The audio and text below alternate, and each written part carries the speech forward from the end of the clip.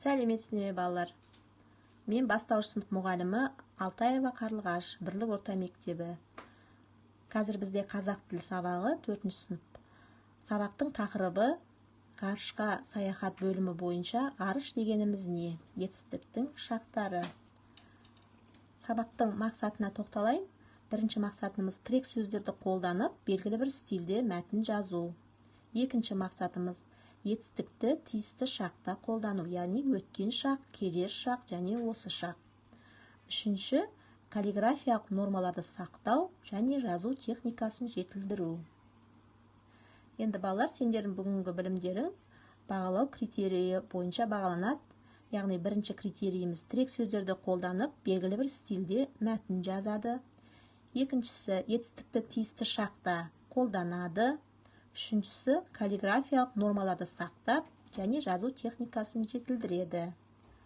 Енді балалар, бәріміз мына бір жұмбаққа назар аударайық. Бір үйде қос сұлу қыз ағайынды, екеуі қызықтырған талайыңды. Жүдемес 4 маусымда мұңаймаса, тұрады нұрға малып маңайыңды дейді. Яғни бұл жұмбақтың шешуі ай мен күн болып табылады екен. Келесі жұмбақ: су ішінде екі жайын, бірі кетсе, бірі дайын. Бұл жұмбақтың да шешуі балалар ай мен күн. Келесі жұмбаққа назар аударайық. Төңірегі тең көрініп, тегін жатыр төңкеріліп. Жас та сиған, кәрі сиған, астына оның бәрі сиған. Яғни бұл жұмбақтың жауабы балалар біздің көк аспанымыз болып табылады екен. Яғни бұл жұмбақтың шешімінде, бұл жұмбақтардың шешімінде ай, күн, аспан, яғни аспан денелер туралы айтылып тұр.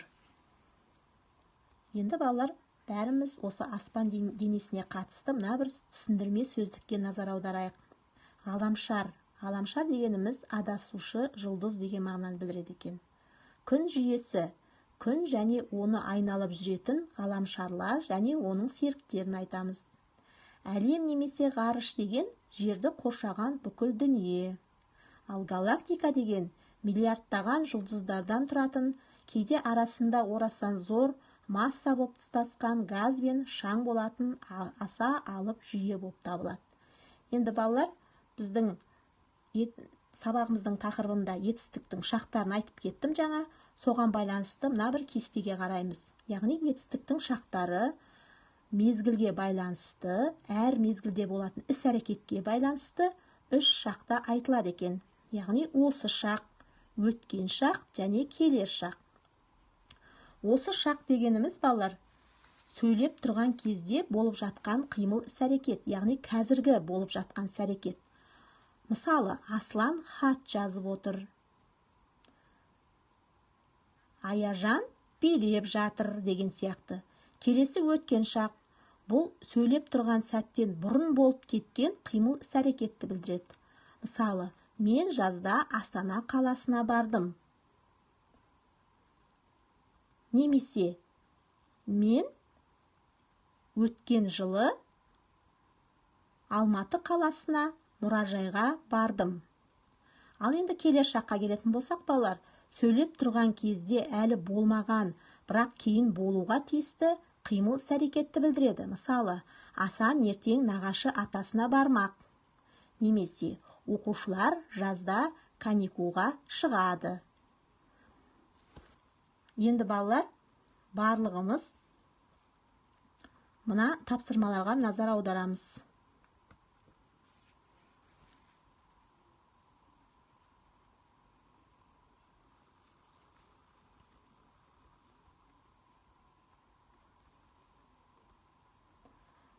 Бүгінгі біздің сабақтың кейіпкерлері Бақыт, Айсана және Қуаныш екен. Енді балалар, мына бір мәтінді тыңдайық. Ғарышқа саяхат. 105-ші сабақ. Ғарышкер болғым келеді. 3-ші тапсырма. Балалар өскенде кім болуды армандайды? Анықта.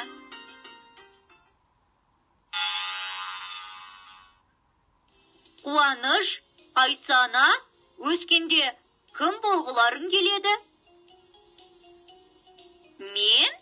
өскенде ғарышкер болғым келеді. Алыс, жақын ғаламшарларды ғарыш кемеммен аралағым келеді. Ал мен астроном болғым келеді. Жұлдыздар әлемін терең білгім келеді. Я, армандарың орындалсын. Мен де өскенде ғарышкер болғым келеді. Үнемі түсімде ғарыш айлағынан кемемен ғарышқа ұшып бара жатамын. Жақсы балалар, енді тыңдадық.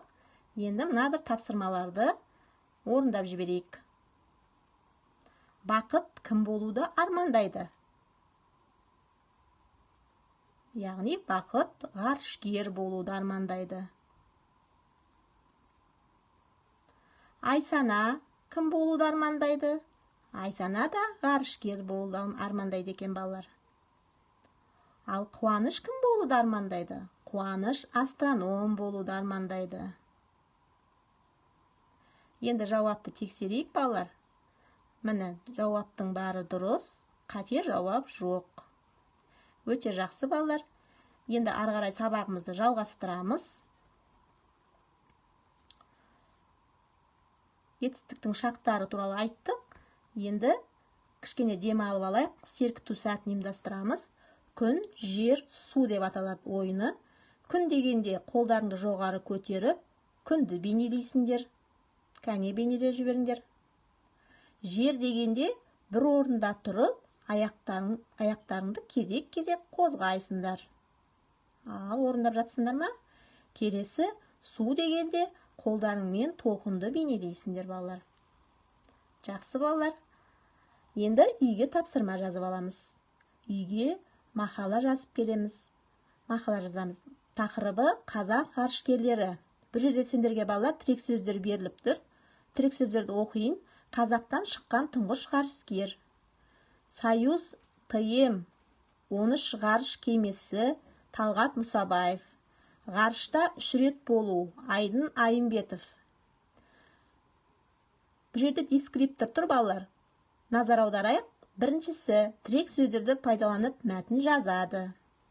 Мәтін жазу стилін сақтайды. Және үшінші грамматикалық және пунктуациялық нормаларды сақтайды. Каллиграфиялық талаптарға сай жазады. Енді балалар, өздеріңнің бүгінгі көңіл күйлеріңді кемпір қосақ арқылы білдіресіңдер. Көңіл күйлерің егерде жоғары болса, сары түске, орташа болса, көгілдір түске, ал енді көңіл күйлерің болмай, сабақты түсінбей отырсаңдар, онда қызыл түске жазып, менің өзіме жолдайсыңдар. Сау болыңдар балалар.